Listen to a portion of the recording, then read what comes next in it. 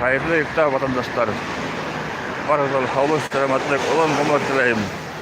Әлеге вакытка мына мен ишке кетип барып, юлдаш тапшырушыларына бутан havlu selamatlık dileyim.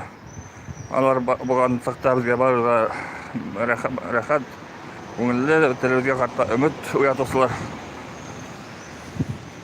Келесагыбыздын, ягни үстелебиздин үмүтүн яктыртуулар. Мына әлеге вакытта нелер бар яшьләр, не аскандар, биришмә дигән кино сагарганнар. Ул да бик үмүтте уятырга мөмкинлек бирә. Тагы бердәмлек итәргә кирәк атасыларга. Яны шудан телебезгә булган хәйрде арттыру максатында үтәргә кирәк инде. Барыбыз халык сәламәтлек отын гомер, ак бахыт теләйм. Бүгенге имамыбыз бәрәкәтле, өметле булсын.